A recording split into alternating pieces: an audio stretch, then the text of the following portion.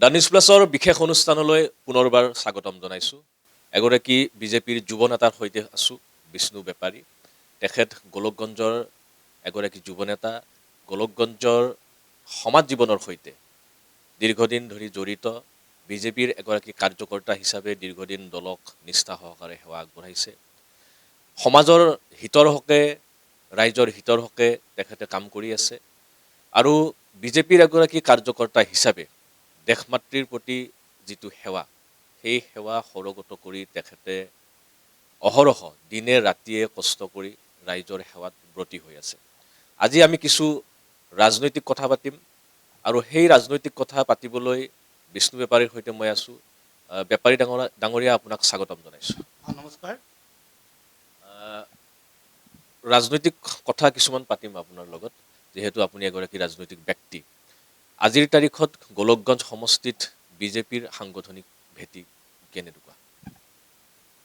ভাৰতীয় জনতা পাৰ্টি গোলগঞ্জ সমষ্টিত আগৰ পৰাই শক্তিশালী আৰু আমি লক্ষ্য কৰিছোঁ ডক্টৰ হিমন্ত বিশ্ব শৰ্মা আৰু আমাৰ ৰাজ্যিক শ্ৰদ্ধাৰ সভাপতি দিলীপ শইকীয়াৰ নেতৃত্বত গোটেই অসমত বিজেপি খুব শক্তিশালী আৰু গোলগঞ্জত শক্তিশালী।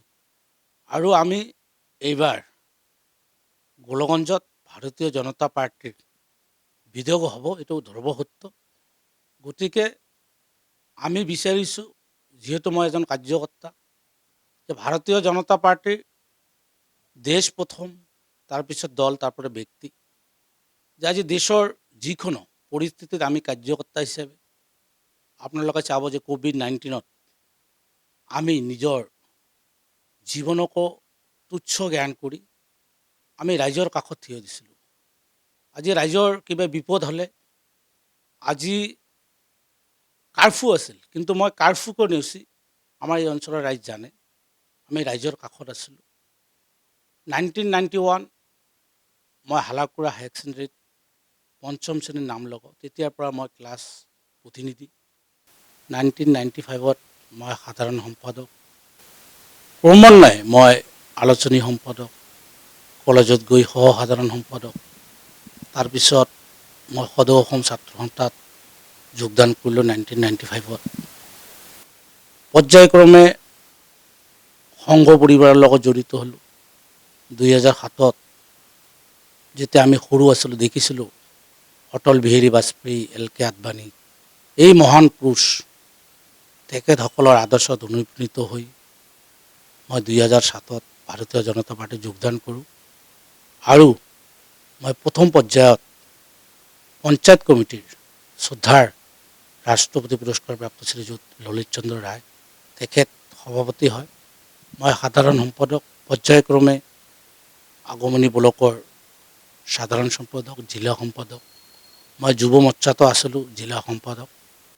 এনেকৈ মোৰ এটা মানসিকতা যে মানৱ সেৱাই মোৰ পৰম ধৰ্ম, যাতে মই মানৱক সেৱা কৰিব পাৰোঁ। আৰু মোৰ ঘৰৰ আগচোতালত এটা বটবৃক্ষ আছিল। সেই বটবৃক্ষটো মোক অনুপ্ৰাণিত কৰিছিল যে মই এনেকুৱা ব্যক্তি হ'ব বিচাৰোঁ যে আমি আমাৰ বটবৃক্ষৰ তলত আমি ছাঁ লৈছিলোঁ। গতিকে মোৰ পৰিয়াল বেছিভাগে চৰকাৰী চাকৰিত নিযুক্তি, কিন্তু মোৰ মানসিকতা আছিল সমাজসেৱা। যে সমাজসেৱা কৰিলে কি হয়, যে ভাৰত মাতাক সেৱা কৰা হয়। আৰু মোৰ ছত্ৰছায়াত যাতে আমাৰ সমাজৰ, আমি ভাৰতীয় জনতা পাৰ্টিতকৈ একদম দৰিদ্ৰ মানুহক আমি আগলৈ নিয়া। তো মোৰো তেনেকুৱা মানসিকতা যে আমাৰ গাঁৱৰ, আমাৰ সমাজৰ যিসকল দৰিদ্ৰ মানুহ আছে, তেখেতসকলক যাতে সঠিক ৰাস্তা দেখুৱাব পাৰোঁ। তেখেতসকলৰ কাৰণে মই কাম কৰি আছোঁ আৰু কৰি যাম। যিহেতু নিৰ্বাচনীৰ বতৰ, এই নিৰ্বাচনী বতৰত ৰাইজৰ পৰা মই আশীৰ্বাদ বিচাৰিছোঁ, ৰাইজৰ মতামত লৈছোঁ, গুৰুজন ব্যক্তিৰ মই কনিষ্ঠসকলৰ মৰম লৈছোঁ। তেখেতসকলৰ মতামত লৈ মই এইবাৰ ভাৰতীয় জনতা পাৰ্টি গোলগঞ্জ সমষ্টিৰ পৰা, যিহেতু ভাৰতীয় জনতা পাৰ্টিত টিকিট বিচাৰিব নালাগে, মই কাম কৰি আছোঁ। দলে যদি বিবেচনা কৰে, নিশ্চয় মই যিকোনো দায়িত্ব লোৱাৰ কাৰণে সদা প্ৰস্তুত। সেই কথাটোকে আমি আপোনাৰ পৰা জানিব বিচাৰিম। যিহেতু আপুনি 2007 চনৰ পৰা বিজেপিত আছে, বিভিন্ন দায়িত্ব আপুনি পালন কৰিছে, যুৱ মৰ্চাৰ দায়িত্ব আপুনি পালন কৰিছে, জিলা সম্পাদকৰ দৰে দায়িত্ব পালন কৰিছে। আৰু একেবাৰে তৃণমূল পৰ্যায়ৰ পৰা বিজেপিত সকলোৱে জানে যে বিজেপিৰ শীৰ্ষতম পদত থকা লোকজনেও নিজকে কাৰ্যকৰ্তা বুলি কয়, প্ৰধানমন্ত্ৰীয়েও নিজকে কাৰ্যকৰ্তা বা সেৱক বুলি কয়। আৰু সেই নীতি মানিয়ে আপুনিও হয়তো তৃণমূল পৰ্যায়ৰ পৰা একেবাৰে পঞ্চায়ত পৰ্যায়ৰ পৰা ব্লক পৰ্যায়ৰ পৰা জিলা পৰ্যায়লৈকে দলে আপোনাৰ যিটো দায়িত্ববোধ, সেই দায়িত্ববোধটো বুজি বা আপোনাৰ যিটো সংগঠন চলোৱাৰ অভিজ্ঞতা বা আপোনাৰ যিটো সক্ষমতা, সেয়া বুজি আপোনাক ধাপে ধাপে দলে দায়িত্ব দিছে আৰু সেইদৰে আপুনি দায়িত্ব কাৰ্যনিৰ্বাহ কৰি গৈ আছে। এতিয়া সন্মুখত যিহেতু নিৰ্বাচন আৰু নিৰ্বাচনৰ সময়ত নিৰ্বাচন কেন্দ্ৰিক কিছু কথা বতৰা হ'বই আৰু গোলকগঞ্জ সমষ্টিটো হয়তো বিজেপি চৰকাৰ থকা সত্ত্বেও বিজেপিৰ হাতত নাই। গতিকে যদি দলে আপোনাক অধিক গুৰু দায়িত্ব দিয়ে যে সমষ্টিটো দলক উপহাৰ দিব লাগে, তেনে ক্ষেত্ৰত আপুনি মানসিকভাৱে প্ৰস্তুত হৈ আছে? মই সদা প্ৰস্তুত, যিহেতু মই সেৱক, মই দেশ মাতৃক ভাল পাওঁ। গতিকে দেশ মাতৃৰ বৃহত্তৰ ক্ষেত্ৰত, গোলকগঞ্জ সমষ্টিৰ বৃহত্তৰ ক্ষেত্ৰত দলে যি দায়িত্বই দিব মোক, মই সদা প্ৰস্তুত, সদা সাজু। আৰু আমি ভাৰতীয় জনতা পাৰ্টি কৰোঁ মাথো নিৰ্বাচনত অৱতীৰ্ণ হোৱাৰ কাৰণে নহয়, আমি দেশ মাতৃক সেৱা কৰাৰ কাৰণে। আমি প্ৰতি মুহূৰ্তত আমি ভাৰতীয় জনতা পাৰ্টি দেশৰ সেৱক হিচাপে, আমি সৈনিক হিচাপে কাম কৰোঁ। গতিকে সৈনিক সদা প্ৰস্তুত, যিকোনো মুহূৰ্তত। আজি যদি মোক নিৰ্বাচনত অৱতীৰ্ণ হ'ব দিয়ে, মই সদা প্ৰস্তুত। আৰু মোৰ দৃঢ় বিশ্বাস, মই দীৰ্ঘদিন ৰাইজৰ লগত সুসম্পৰ্ক ৰাখি আছোঁ। আৰু মই প্ৰতিদিনে ৰাতিপুৱা উঠি মই যেতিয়া প্ৰাতঃ ভ্ৰমণ কৰোঁ, তাৰপিছত মই কিন্তু 5টা পৰিয়ালৰ মিছন, মই 5টা পৰিয়ালৰ লগত সাক্ষাৎ কৰোঁ, সম্পৰ্ক কৰোঁ। আৰু মই বুথ পৰ্যায়ত যিসকল বুথ সভাপতি আছে, আমাৰ বুথৰ কাৰ্যকৰ্তা আছে, তেখেতসকলক মই পৰিয়ালৰ এজনকৈ সদস্য হিচাপে লৈ মই প্ৰতিদিনে বুথৰ সভাপতি হওক, আমাৰ পৃষ্ঠীয় প্ৰমুখ হওক, আমাৰ শক্তি কেন্দ্ৰৰ আহ্বায়ক হওক, এই যে তৃণমূল, আমি ভাৰতীয় জনতা পাৰ্টিৰ প্ৰতিজন কাৰ্যকৰ্তা, আৰু আমি তৃণমূলক গুৰুত্ব দিব লাগিব। আৰু তৃণমূল, আমি জানো যে আমাৰ ভাৰতীয় জনতা পাৰ্টিত বুথ জিকাটো ভোট জিকা। গতিকে বুথৰ সভাপতিক আমি শ্ৰদ্ধা কৰে সন্মান দিওঁ, আমি গুৰুত্ব দিওঁ। আৰু ভাৰতীয় জনতা পাৰ্টি, আপোনালোকে জানে যে আমাৰ স্বনামধন্য প্ৰধানমন্ত্ৰী নৰেন্দ্ৰ মোদীৰ নেতৃত্বত আমাৰ গৌৰৱ, অসমৰ সৰ্বকালৰ সৰ্বশ্ৰেষ্ঠ মুখ্যমন্ত্ৰী ডক্টৰ হিমন্ত বিশ্ব শৰ্মাৰ নেতৃত্বত যে অসমত যিটো বিকাশৰ ধাৰা, এই বিকাশৰ ধাৰা আমাৰ গোলকগঞ্জ সমষ্টিত আমি তেখেতৰ সংগী হোৱাৰ কাৰণে, আমাৰ গোলকগঞ্জ সমষ্টিত কিছু কাম বাকী আছে। আপোনালোকে জানে আজি স্বাধীনতা হোৱাৰ বহুদিন হ'ল, কিন্তু আমি কোনো জাতি, কোনো সমাজ, কোনো দেশ যদি ডেভেলপ হ'ব লাগে, আমি প্ৰথমে শিক্ষাৰ দিশত গুৰুত্ব দিব লাগিব। গতিকে গোলকগঞ্জ সমষ্টিত বিজেপিৰ বিধায়ক হ'ব, মই আহ্বান জনাম যে প্ৰথমতে আমাৰ যিহেতু আমি চিলাৰায়ৰ বংশধৰ, চিলাৰায়ৰ নামত এখন বিশ্ববিদ্যালয় হ'ব লাগে। আৰু মোৰ বিশ্বাস, ডক্টৰ হিমন্ত বিশ্ব শৰ্মাৰ নেতৃত্বত আমাৰ 2026 পিছত গোলকগঞ্জ সমষ্টিত এখন বিশ্ববিদ্যালয় হ'ব। গোলকগঞ্জত বহু মৌলিক সমস্যা আছে বিভিন্ন, আৰু যিহেতু বিজেপিৰ মাত্ৰ এবাৰে হয়তো বিধায়ক হৈছিলে, দুবাৰ হৈছে, কিন্তু আধৰুৱা বহুত কাম বাকী আছে। গতিকে আপোনাৰ গোলকগঞ্জৰ আপুনি সন্তান হিচাপে, আপুনি এটা অসমৰ প্ৰতিষ্ঠিত জাতি জনগোষ্ঠীৰ আপুনি সন্তান হিচাপে বা কোচ ৰাজবংশীৰ সন্তান হিচাপে, আপুনি ইতিমধ্যে বীৰ চিলাৰায়ৰ নামত বিশ্ববিদ্যালয়ৰ কথা উল্লেখ কৰিলে। আপোনাৰ এনেকুৱা কি সপোন আছে যে এইখিনি কাম হ'লে গোলকগঞ্জ সমষ্টিক আমি অসমৰ অন্য আগশাৰীৰ সমষ্টিৰ সৈতে আমি আগবঢ়াই লৈ যাব পাৰোঁ? আপোনাৰ কি কি সপোন আছে? আমাৰ স্বনামধন্য মুখ্যমন্ত্ৰী এষাৰ কথা কয়, আপোনালোকে জানে যে দেশৰ 5খন ৰাজ্যৰ ভিতৰত আমাৰ অসম এখন আমি পৰিণত কৰিম। তেনেকুৱা মোৰো এটা লক্ষ্য যে আমাৰ অসমৰ 5খন সমষ্টিৰ ভিতৰত গোলকগঞ্জ এখন অন্যতম সমষ্টি হ'ব। যে আমাৰ মৌলিক সমস্যা, আমি যদি কওঁ যে চিকিৎসা ব্যৱস্থা, যে আজি আমাৰ কি হয়, মাতৃজাতি যেতিয়া প্ৰসৱ বেদনা হয় তেতিয়া পশ্চিমবংগ নহ'লে ধুবুৰী লৈ যাব লাগে। গোটেইখন গোলকগঞ্জত যদি আমি ভাল চিকিৎসালয়, য'ত সকলো ধৰণৰ ব্যৱস্থা থাকিব, যদি আমি কৰিব পাৰোঁ, আমাৰ নিশ্চয় মাতৃজাতিৰ কাৰণে আমাৰ বহুত সুবিধা হ'ব। তাৰপিছত আমি কেন্দ্ৰীয় বিদ্যালয়ৰ কথা কওঁ, যে আজি গোলকগঞ্জ সমষ্টিত কেন্দ্ৰীয় বিদ্যালয় নাই। আৰু যিহেতু আমাৰ এইবোৰ অঞ্চল কৃষি প্ৰধান, গতিকে আপোনালোকে জ্ঞাত যে কৃষি প্ৰধান অঞ্চলত আমাৰ খেতিয়কসকলৰ কাৰণে আমাৰ চিন্তা কৰিব লাগিব।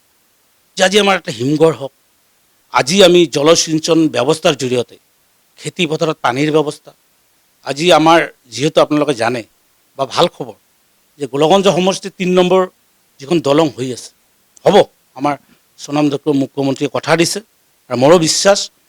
গতিকে আমাৰ যিটো নদী বান্ধ, নদীৰ যিটো খহনীয়া বেয়া ৰূপ, গতিকে এইবোৰ আমাৰ ৰোধ কৰিব লাগিব। তাৰপিছত যদি আমি কওঁ যে কমিউনিকেশ্যন, যোগাযোগ ব্যৱস্থা, যে আমাৰ স্বনামধন্য প্ৰধানমন্ত্ৰী আমাৰ অটল বিহাৰী বাজপেয়ী তেখেতে কিন্তু আমাৰ গ্ৰাম্য পকীপথ যিটো আঁচনি লৈছিল, গ্ৰাম সড়ক যোজনা, কিন্তু আমি লক্ষ্য কৰিছোঁ, মই গাঁৱে ভূঞে ঘূৰালোঁ, একদম গাঁৱত মই যাওঁ, এতিয়াও কিছু ৰাস্তা আমাৰ কেঁচা আছে। এইবোৰ আমাৰ কৰিব লাগিব। তাৰপিছত যদি আমি কওঁ যে আমাৰ মহিলা জাতিৰ কাৰণে, যিহেতু আমাৰ ভাৰতীয় জনতা পাৰ্টীৰ নেতৃত্বাধীন চৰকাৰখন মহিলাৰ ওপৰত খুব গুৰুত্ব দিছে। গতিকে মোৰ মাতৃজাতিৰ কাৰণে মোৰ এটা সপোন যে আমাৰ মাতৃজাতি কৰ্মত ব্যস্ত থাকিব লাগে। আমি কিছু গাঁৱত দেখিছোঁ আজিৰ তাৰিখতো আমাৰ অঞ্চলত এই যে আমি যে কওঁ মাদক দ্ৰব্য, মই কিন্তু একদম মাদক দ্ৰব্যৰ প্ৰতি বিৰোধী। আজি যুৱচাম মাদক দ্ৰব্যৰ প্ৰতি আসক্ত হৈছে। আমি কিন্তু ডেইলি মোৰ এটা যোগা কেন্দ্ৰ আছে, মই তাতে কওঁ যে যিসকল যুৱচাম মাদক দ্ৰব্যৰ প্ৰতি আসক্ত, সবেই যুৱ নহয়, তেখেতসকল যোগ কৰক, শৰীৰচৰ্চা কৰক আৰু সমাজৰ কাৰণে, দেশৰ কাৰণে তেখেতসকল ভাল ভাল কাম কৰক। আৰু মই মহিলা জাতিৰ কথা কৈছোঁ যে আজি মহিলাসকল কি হয়, যিটো শিপিনী কওঁ আমি, আমাৰ ইয়াত বহুত গাঁও আছে, আমাৰ তাঁতৰ ব্যৱস্থা আছে, শিপিনীত তেখেতসকল কাম কৰে। তাৰপিছত আমাৰ যিটো আমি চিলাই মেচিন কওঁ, যে আজি আমাৰ ইয়াত এনেকুৱা যদি চিলাই স্কুল দিয়াৰ ব্যৱস্থা কৰা যায়, মেচিন দিয়াৰ ব্যৱস্থা কৰা যায়, বহুত মহিলাই আমাৰ কৰ্মসংস্থাপন পাব। আমাৰ মহিলা উদ্যমী আঁচনি লৈছে মুখ্যমন্ত্ৰী মহোদয়, মই ধন্যবাদ জনাম। বহুত মহিলাই আমাৰ মহিলা উদ্যমী আঁচনিৰ পৰা সুবিধা পাইছে। আৰু আমাৰ কিছু এই অঞ্চলত কিছু আমাৰ ঠাই আছে, এইবোৰ আমাৰ কিন্তু ৰাজ্যিক পৰ্যায়ত প্ৰচাৰ নহয়। আজি মোৰ নিজা গাঁও, এখন চাহ বাগান আছে, আপোনালোকে চাব পাৰিব ইয়াতে। গতিকে তাত আমাৰ বহু যুৱতীয়ে কৰ্মসংস্থাপন পাইছে। গতিকে চৰকাৰৰ পৰা যদি কিবা সুবিধা লোৱা যায়, তাৰ কাৰণে আমাৰ ব্যৱস্থা কৰিব লাগিব। আমাৰ যিহেতু গণতান্ত্ৰিক দেশ, গণতান্ত্ৰিক দেশত যদি ৰাজনৈতিক ক্ষমতা নাথাকে তেতিয়াহ'লে কাম কৰাত অসুবিধা হয়। আৰু সেই মানসিকতাতে মই কিন্তু এবাৰ ৰাইজৰ মতামত লৈ মই বিজেপিৰ টিকেট বিচাৰিম। দলে যদি নিশ্চয়কৈ আপোনাৰ 2007 চনৰ পৰা আজিৰ তাৰিখলৈকে 2026 চনলৈ আপোনাৰ যিটো ৰাজনৈতিক জীৱনৰ যাত্ৰা আৰু দলৰ প্ৰতি যিটো সেৱা আপুনি একনিষ্ঠভাৱে আগবঢ়াই আহিছে, দলে নিশ্চয়কৈ আপোনাৰ ওপৰত চকু আছে দলৰ। আৰু আপুনি গাঁৱৰ মানুহৰ লগত প্ৰতিদিনে সম্পৰ্ক ৰক্ষা কৰি চলা মানুহ। আপুনি ইতিমধ্যে উল্লেখ কৰিছে যে বুথৰ পৰা আদি কৰি পৃষ্ঠাসমূহলৈকে আপোনাৰ সম্পৰ্ক আছে, প্ৰতিদিনে আপুনি মানুহৰ লগত সম্পৰ্ক ৰক্ষা কৰে আৰু সেইবাবে হয়তো মানুহৰ যিবোৰ অভাৱ অভিযোগ সা সমস্যা সমষ্টিটোত সেই কথাখিনি আপোনাৰ বোধগম্য হৈছে। গোলকগঞ্জটো আপোনাৰ দুখন ৰাজ্যৰ সীমামূৰীয়া এটা সমষ্টি লাগি আছে, অসমৰ আৰু পশ্চিমবংগৰ সীমামূৰীয়া সমষ্টি। গতিকে ইয়াত আন্তঃৰাজ্যিক যি আন্তঃৰাজ্যিক বাণিজ্যৰো যথেষ্ট স্কোপ আছে ইয়াত হেৰিকে গঢ়ি তোলাত। গতিকে এনেকুৱা ধৰণৰো কিছু চিন্তা নিশ্চয় আপোনাৰ মনত আছে। হয়, আপোনালোকে চাওক, আমাৰ ইয়াত অসম বংগ সীমান্ত আৰু আন্তঃৰাষ্ট্ৰীয় সীমান্ত, আজি যদি বাংলাদেশ কয় বৰ্ডাৰ আমাৰ ইয়াত, আজি সোণাহাটত আমাৰ আন্তঃৰাষ্ট্ৰীয় যিটো ব্যৱসায় আৰম্ভ হৈছে, কিন্তু আমি তাক প্ৰযুক্তিৰে বৈজ্ঞানিকভাৱে যাতে আমাৰ যুৱকসকল সংস্থাপন পায়, তাৰ কাৰণে আমাৰ প্ৰতিনিধিসকল ধ্যান দিব লাগিব। যে আজি আমাৰ যদি চাওঁ যে আমাৰ গোলগঞ্জ সমষ্টিত কোনো উদ্যোগ নাই, আমাৰ যুৱকসকলৰ কৰ্মসংস্থাপনৰ কাৰণে আমি বেছিভাগে কি হ'ল চাকৰিৰ প্ৰতি আসক্ত। কিন্তু আমি এনেকুৱা কিছু কাম কৰিব লাগিব যাতে আমাৰ যুৱক চাম, যিটো যুৱশক্তি ৰাষ্ট্ৰশক্তি, যুৱকসকলক আমাৰ আত্মসংস্থাপন দিয়াৰ কাৰণে ব্যৱস্থা কৰিব লাগিব। আৰু মোৰো মিছন, যিহেতু মই এজন যুৱক, আপোনালোকে জানে মোৰ জন্ম 1980, 21 মে', মোৰ 45 বছৰ। গতিকে মই নিশ্চয় যুৱকসকলৰ কাৰণে ধ্যান দিম, যুৱতীসকলৰ কাৰণে ধ্যান দিম, যে আমাৰ গোলগঞ্জ সমষ্টিত যাতে আমি এটা উদ্যোগ স্থাপন কৰিব পাৰোঁ, যিটো দীৰ্ঘদিনীয়া সমস্যা। আৰু যিটো আপুনি কৈছে যে আন্তঃৰাষ্ট্ৰীয় আমাৰ সোণাহাট, আপোনালোকে জানে তাত ব্যৱস্থা আছে, কিন্তু তাত আমাৰ সঠিকভাৱে ব্যৱস্থা কৰিব লাগিব। মই যিটো ক'লোঁ প্ৰযুক্তি হওক, বৈজ্ঞানিকভাৱে হওক, যাতে তাত আমাৰ মানুহবিলাক সংস্থাপন পায়। সুযোগ আছে। হয়, বহুত সুযোগ আছে। আপোনালোকে জানে আজি আমাৰ নদীপথো আছে, আমাৰ ধুবুৰীতো বেছি দূৰ নহয়, আমাৰ ইয়াৰ পৰা 40 কিলোমিটাৰ। গতিকে আমাৰ চৰকাৰ, আমাৰ অসমৰ মানে সকলোৰে আনন্দ আপোনালোকে জানে। আমাৰ মিনিষ্টাৰ, আমাৰ শ্ৰদ্ধাৰ প্ৰাক্তন মুখ্যমন্ত্ৰী আমাৰ মাননীয় শ্ৰীযুত সৰ্বানন্দ সোণোৱাল দেৱে বহুত প্ৰচেষ্টা লৈছে, আঁচনি লৈছে ধুবুৰীত। গতিকে তেখেতৰ প্ৰতি, তেখেতো আমাৰ আছুৰ সভাপতি আছিল, ময়ো তেতিয়া আছু কৰোঁ, তো তেখেতৰ প্ৰতি মোৰ শ্ৰদ্ধা ভক্তি আছে। আৰু কৰ্মযোগী মুখ্যমন্ত্ৰী মোৰ প্ৰেৰণা, আপোনালোকে জানে। যেতিয়া 2016 আগত আমাৰ মুখ্যমন্ত্ৰী ভাৰতীয় জনতা পাৰ্টীত যোগদান কৰাৰ পিছত ধুবুৰীত আহিছিল, মই সগৌৰৱে কওঁ, মই কৈছিলোঁ দাদা আপুনি প্ৰথম ধুবুৰীত পদাৰ্পণ কৰিলে বিজেপিত আহি, মই একেলগে দাদাৰ লগত এটা অৱস্থান ধৰ্ম কৰিছিলোঁ। মই ভাল পাইছিলোঁ, মোক চাৰ্কেট হাউচ লৈ তেখেত মোৰ মূৰতে, ভাইটি তুমি আগবাঢ়ি যাবা, তুমি দলৰ হৈ কাম কৰা। মই তেখেতৰ অনুপ্ৰাণিত হৈছোঁ যে তেখেত আজি 2-3 ঘণ্টা টোপনি পাৰি গোটাই দিন দেশৰ কাৰণে, সমাজৰ কাৰণে কাম কৰি আছে। গতিকে এনেকুৱা মুখ্যমন্ত্ৰী হয়তো আমি পোৱা নাই আগত। মুখ্যমন্ত্ৰীৰ যিটো কৰ্মোদ্যম, আৰু সেই কৰ্মোদ্যমে আপোনালোককো অনুপ্ৰাণিত কৰিছে। মুখ্যমন্ত্ৰীৰ কৰ্মযোগী, গতিকে তেখেত আমাৰ অভিভাৱক। আমি তেখেতৰ কৰ্মত অনুপ্ৰাণিত হৈ আমি দিনে নিশাই দুগুণ উৎসাহ হ'ব কাম কৰাৰ কাৰণে। আৰু মই প্ৰতিদিনেই, মই এনেকুৱা এদিন নাই মই ভাৰতীয় জনতা পাৰ্টী দেশৰ কাৰণে মই সেৱা কৰি যাম।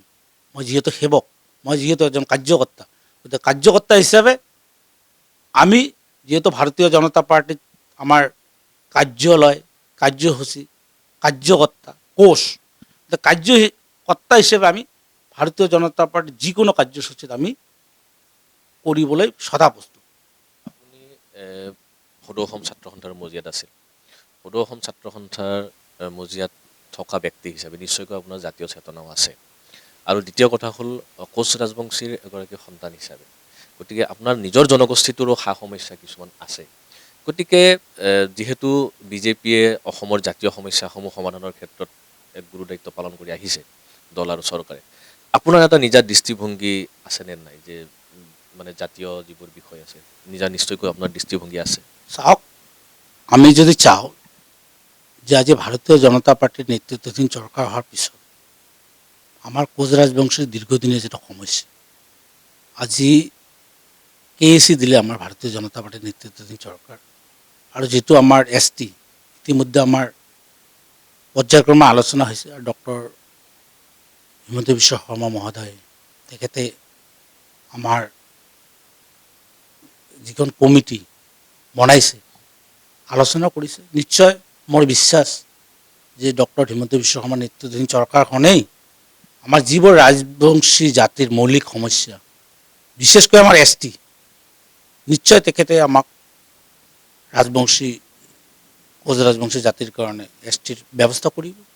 যিহেতু আমাৰ সমাগত নিৰ্বাচন, গতিকে আমাৰ দল সংগঠনৰ লগত তেখেত কথা পাতিছে।